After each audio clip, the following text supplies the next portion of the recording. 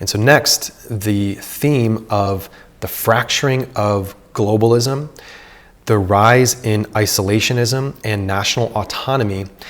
And I'm going to combine this with the fourth of the threat of civil war and the balkanization, or the states separating and becoming their own autonomous entities within the United States. And so when we're energized to fight for the right to be ourselves, to be authentic and to be original, naturally we're going to be coming in conflict with others and with society, and maybe even with loved ones. And a big theme about this transit is conflict. We can't avoid that. So when this conflict happens of us choosing to do what we want to do at, say, the detriment of what another person wants us to do, when we take that to the national and international level, we're inevitably going to be getting serious conflicts based on this notion of standing up for what is in one's own best interests, and it comes at the expense of other countries' interests. And as I mentioned in the introduction, conflict is just going to be this overriding theme, and we're going to be seeing the breaking apart of groups and coalitions and institutions whose narratives and whose purposes are detached from the practical struggles and desires of the people that they're supposedly responsible for. So remember that these first few months, from March until October, when Neptune first dips into a sign, the first degrees of a sign, and this is the time to get clues about what the energy of the era is going to be. Since Neptune moved into Aries at the end of March, we've seen a major resistance by Americans for non-intervention, and as the military-industrial complex is seeking now to initiate another major war with Iran. And you can argue that there's that ceasefire that happened, but that ceasefire is not, it's very temporary. People are saying that the war is just getting started. We'll have to see. But you see this call to not do that, to not intervene as we've done for the past, 100 years, intervening in conflicts of other countries, and to wind down the American empire gradually and focus in on the internal problems of the United States. And this movement didn't happen when Neptune went to Aries in March, but it's become a very hot topic and a very important topic in the past just month or 2 months. So this Neptune in Aries era is going to continue this trend of groups looking after their own interests when they come first. You can say a group being individualistic, which I believe that there's going to be an international rise in so-called isolationism and nationalism. And these ideas are often demonized, but they're merely the urge. The underlying urge is connecting with that Aries characteristic of independence of thought and action, of I'm going to do this, or our nation is going to do this, that ensures our path is the path that we want to be on. We're deciding this. We're not deciding the paths of others. This is our collective path, to not be impeded by other groups, to really be self-sufficient, be self-empowered and group empowerment. And so in the case of nationalism, what that means is to not be tied down by the needs of other nations when they're detrimental to the nation's own interests and their own real situation. So that's all nationalism is that we come first, our nation comes first. Doesn't mean we can't trade with others, we can't help and be mutual beneficial with other nations, but we are worried about ourselves. So there's going to be a huge conflict, a sense of conflict between these two impulses, to look after one's own and to look after others and what others want from us. So there's going to be a huge conflict between the desire for people to look after themselves and a counter impulse to, we have to look after the well-being of other people. We have to save these people in these other countries. We have to do this. We have to look outside our own borders.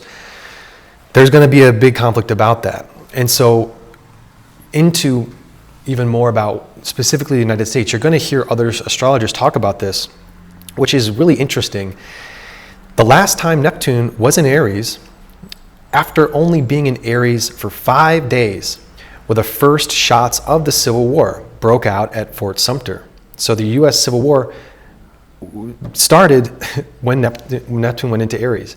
So Neptune actually went into Aries in April of 1861, where it was there until October 1861, basically the same transit that we're having this year. Neptune retrograded back into Pisces and then went direct and re-entered Aries on February 14th of 1862. So in that February 1862 is when the war broke out. So you could say that the war was brewing in that earlier period from April to October 1861, and then it really shot off when the full transit began of Neptune in Aries. And just like in 1861, we have that same retrograding situation happening this year. So Neptune briefly entering into Aries from March until October, exiting and then re-entering in January. So if history is going to repeat itself, that means we're in a preparation phase for a national civil war or major national conflict. And next January, when Neptune enters into Aries for 14 years, we're going to have the true beginning of an intense period of conflict and change, the desire to initiate change. Is there going to be an actual civil war in America? I'm not anticipating a full shooting war between sides like how wars used to be fought on US soil, but I do believe the breakup or partial breakup of the US is going to start to take an effect. At a minimum, the desire for breakups to start to happen. At a minimum, people calling for serious zoning changes in power dynamics from what we currently have.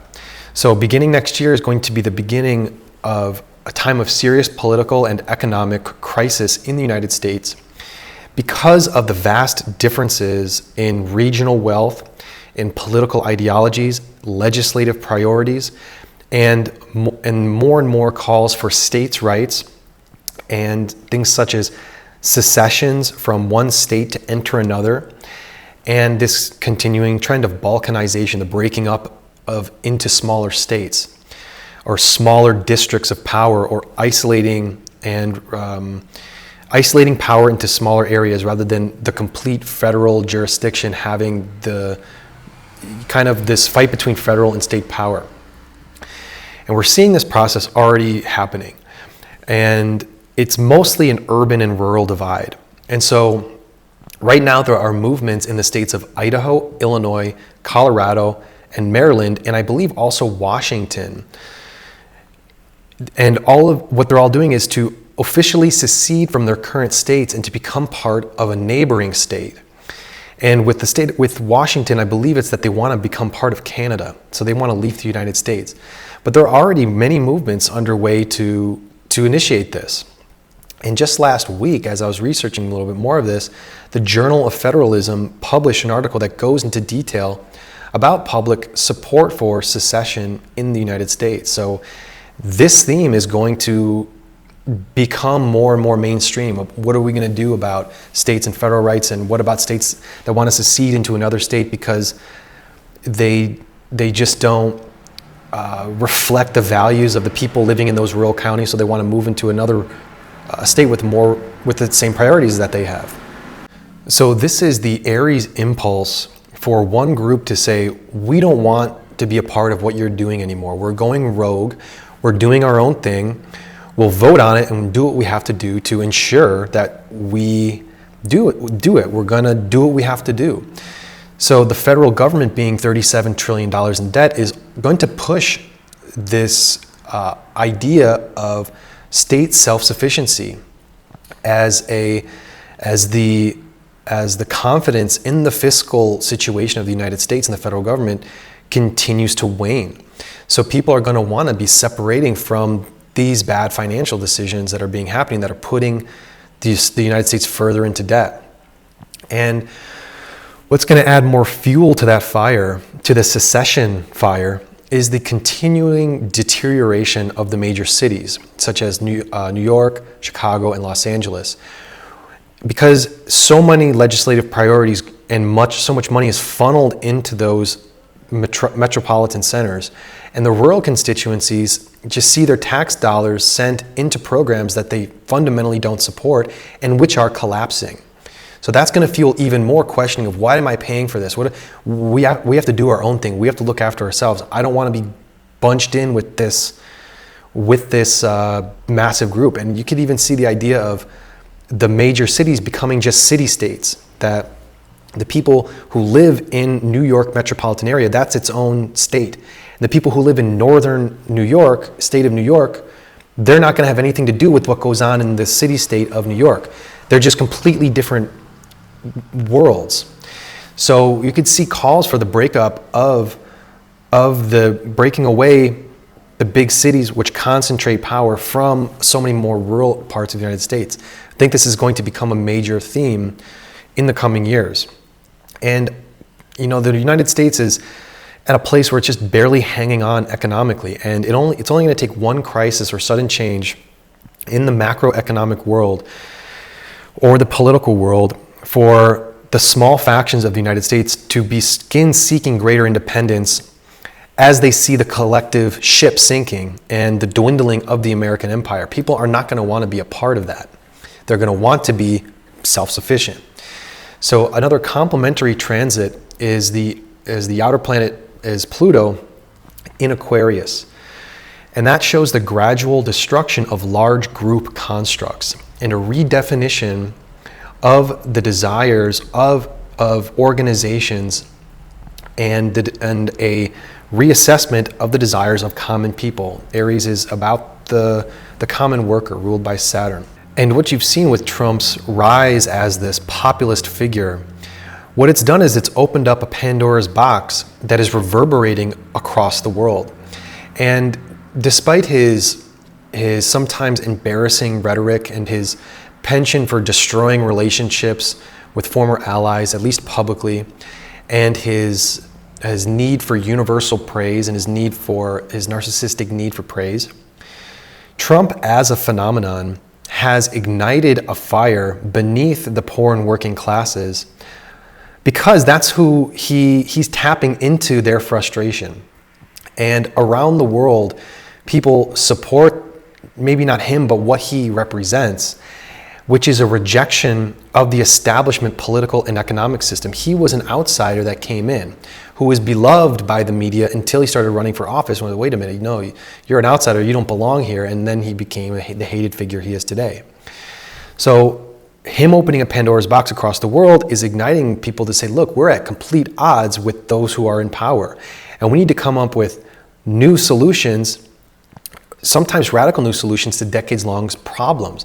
We need to be looking after our own national interests and not be worrying about other people's national interests. We have to get back to basics and rebuild from within. And that's the populist movement, essentially. And it comes from dissatisfaction with the realities on the ground. We got to change things in our own world now and not worry about interfering with other people's affairs. And after Trump's second term is over, I believe that there's going to be a crisis of leadership in the US, and you could say possibly internationally, because Trump is such an international figure, about who's going to be taking up the mantle of this nationalist, anti-globalist stance and this kind of political ideal. And it's because they're always going to be living in his shadow. He is such a major historical figure that when he starts to drift from the public attention spotlight, beginning in after 2028, when he's no longer in office anymore, the domestic conflicts are going to, in the U.S., and the conflicts of nationalism in the world, of nationalist populism, I think they're going to be entering into a bigger and more intense phase of conflict, and kind of like political guerrilla warfare, because Trump is kind of uniting the MAGA movement and uniting this kind of ideology. But once he is no longer uniting it in such a daily present way, there's going to be a lot of these factions of this similar ideology, and so there's going to be further breaking up of this kind of Aries movement of individualism, looking after one's own interests and doing something different to to build something new from the ground up. And so I think that the level of conflict is going to intensify after 2028 because there's not going to be a leader, we'll see, as magnanimous as Trump. Other charismatic figures can arise on the left and the right in Europe, in the US, throughout the world, but I don't think that they're going to be less radical than Trump. I don't believe that they're going to be more compromising. They're going to be less compromising and more radical than Trump. So a deepening radicalization, which is going to cause further splitting of interest into self-identified groups and looking after the interests particular to each group. So the United States is quickly coming to a crossroads, and the major sides of the political spectrum, the left and right, are becoming less and less capable of fundamental compromise. And I believe this is going to sow more seeds and calls for long-term plans of secession and those going into action, and this gradual breakup into smaller factions happening throughout the United States.